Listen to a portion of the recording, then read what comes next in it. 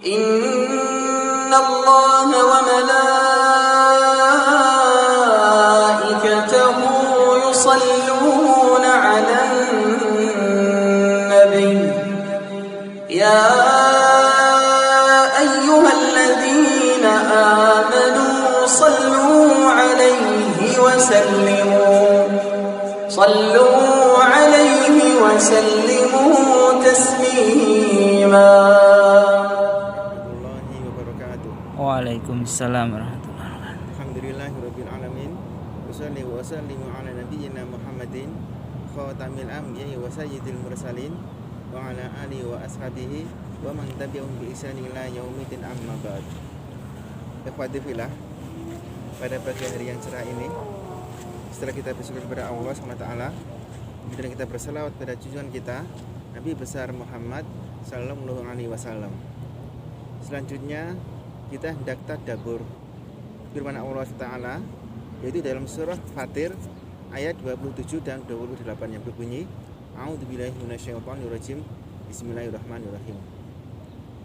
Alam tara annallaha anzala minas samaa'i ma'an fa akhrajna bihi thamaratin mukhtalifan alwanuha wa minal jibali judadun bidun wa khumrun mukhtalifun alwanuha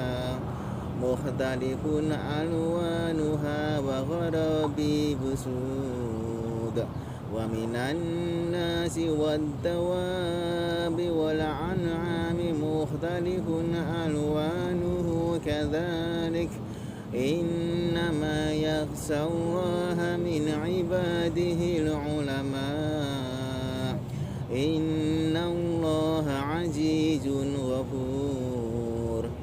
Yang artinya, tidakkah kamu melihat bahwasanya Allah menurunkan hujan dari langit, lalu menghasilkan dengan hujan itu buah-buahan yang beraneka macam, dan di antara gunung-gunung itu ada garis-garis yang berwarna putih dan merah yang bermacam-macam, dan juga ada yang berwarna hitam pekat.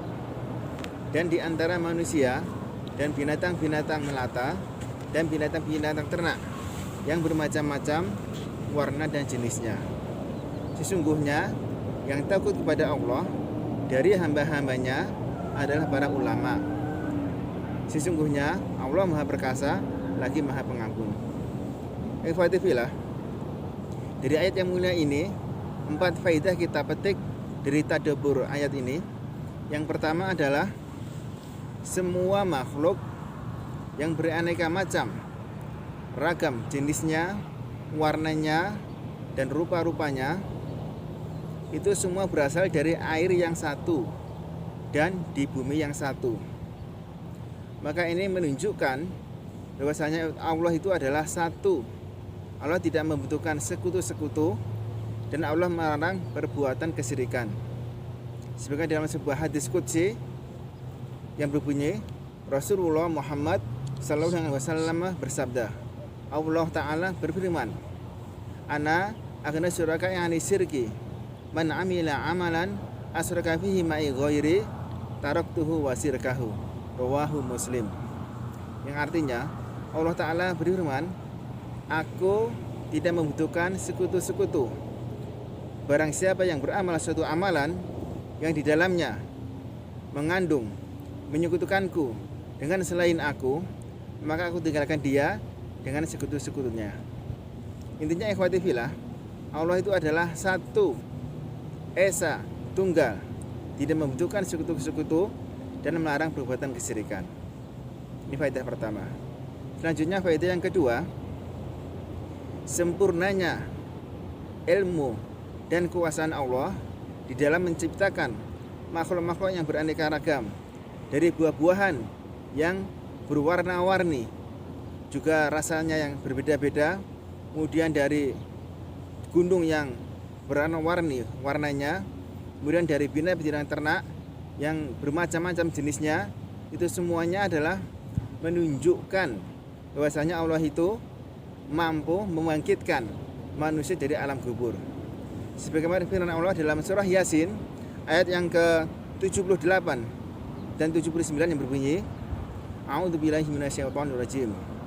Qala may yuhyil 'idhama wa hiya ramim. Qul yuhyiha alladzi ansa'aha awwala marrah wa huwa bikulli khalqin alim. Orang kafir itu bertanya, siapakah yang akan menghidupkan tulang belulang yang telah remuk? Maka katakanlah wahai Muhammad, itu semua akan dihidupkan oleh zat yang menciptakannya pertama kali. Dan dia Allah itu maha mengetahui tentang segala makhluk-makhluknya. Ini faedah yang kedua. Selanjutnya faedah yang ketiga, keutamaan ilmu itu adalah membuahkan rasa takut kepada Allah.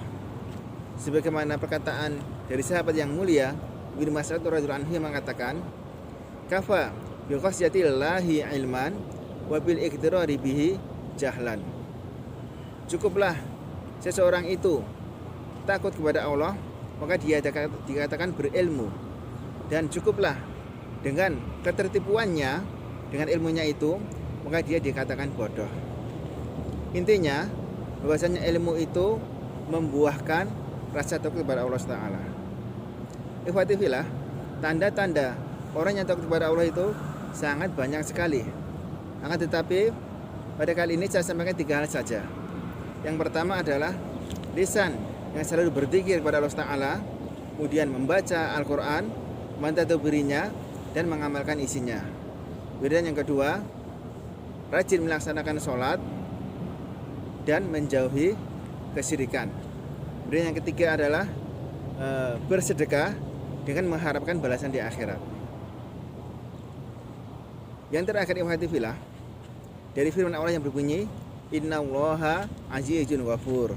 Sesungguhnya Allah itu maha perkasa lagi maha pengampun. Allah maha perkasa artinya diantaranya adalah mampu menciptakan beraneka macam beragam makhluk-makhluknya. Dan Allah maha pengampun itu bagi hambanya yang bertaubat dari perbuatan dosa. Ini ikhwatifillah, kajian singkat kali ini. Mudah-mudahan Allah Ta'ala memberikan kepada kita lisan yang selalu berzikir kepada Allah, rajin membaca Al-Quran, kita berinya dan mengamalkan isinya. Dan kita rajin melaksanakan sholat dan juga menambah dengan amalan-amalan sholat sunnah lainnya. Kemudian kita juga rajin bersedekah dengan mengharapkan balasan di akhirat nanti. Amin ya rabbal alamin. Subhanakallahumma wa bihamdik, asyhadu an la ilaha illa anta, astaghfiruka wa atubu ilaik. Wassalamualaikum warahmatullahi wabarakatuh. Waalaikumsalam warahmatullahi wabarakatuh.